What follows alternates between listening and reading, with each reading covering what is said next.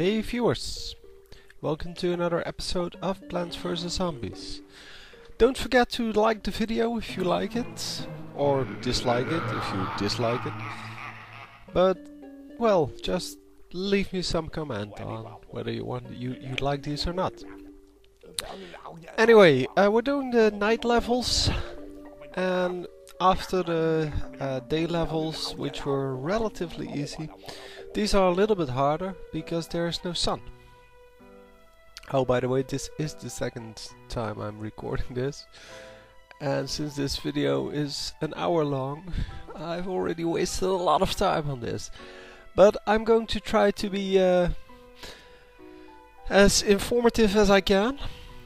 So in the last game we got a free mushroom, which is this one, the purple one. And we are still using the sunflowers to get the sun we need. So the free mushroom is your key to winning all of the nighttime levels. Because, well, you can plant as many as you want, basically. You are going to want to plant one in each row to start with, and once you get a zombie in one of the lanes, you want to add two. So, like here, two of the mushrooms, the free mushrooms, are enough to kill a normal zombie. And if you get one with the orange cone on their head, you need 3 of them. So, and the one with the buckets need 4, but then they eat one of them and blah blah. But generally, you just want to build your sunflowers and build your free mushrooms. And once you're done with 2 columns of sunflowers, you're pretty much done. There's nothing else to do. I mean, then you have so much money that you can build whatever you want. And I chose to go with the repeater. The repeater is the one that costs 200. And with the 200, or with the 2 columns of sunflowers, you will have so much sun coming in that the 200 is not a problem. But up until the point where you actually have 2 columns of sunflowers, you really don't want to plant anything. So no mines, no walnuts. Well, I planted 1 walnut, but that's already yeah, if you do that in the beginning, you lose a lot of time on your sunflower production, and basically that's what you want to avoid. You want to get the sunflowers out as soon as you can, before a lot of zombies are moving in.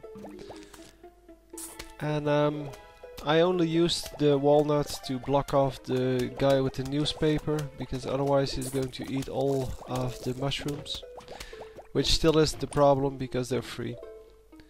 So it's not like you're losing any money of that. But so by now I have so much sun coming in that I can actually build some other things while still keeping up with my sunflower production. And I should really build the last one here. So now I'm done with the sunflowers, and I'm going to collect 200 sun for my first repeater. Going to place that in the one lane that's that doesn't have either a walnut or a potato mine.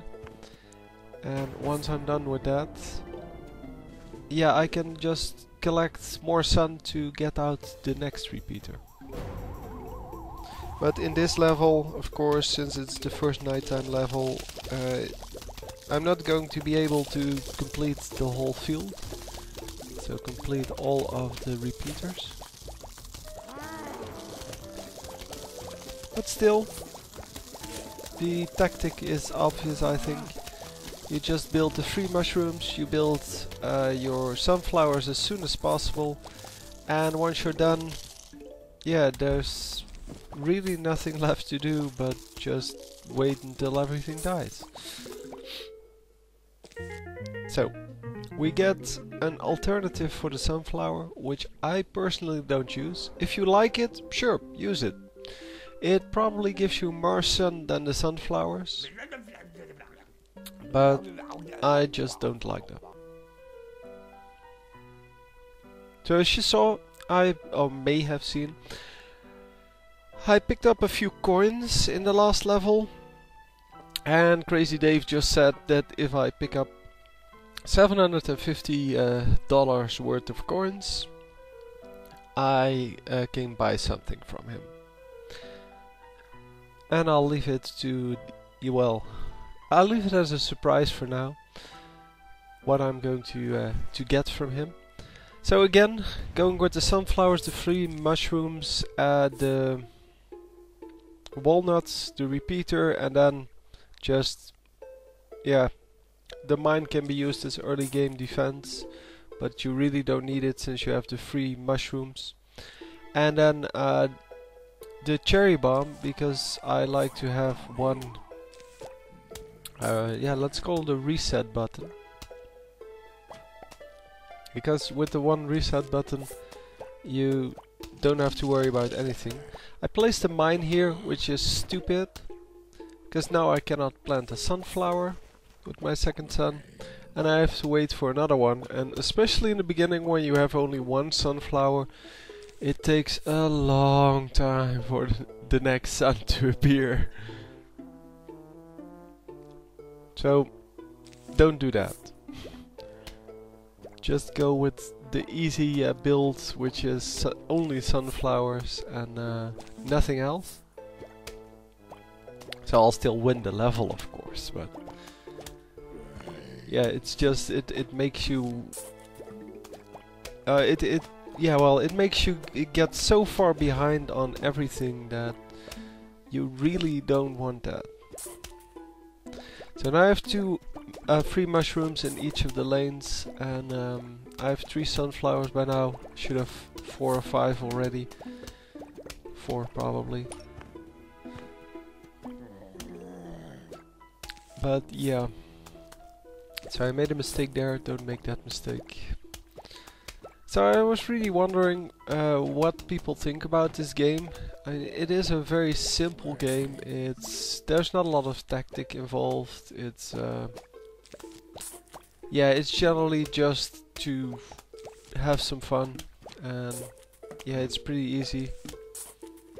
It does look kind of cartoony. Well, it is kind of cartoony, and I personally like that in a game, because it's not about, or for me, it's not about the graphics of a game, it's about how it plays, and this game is really brilliant at that. It plays very well.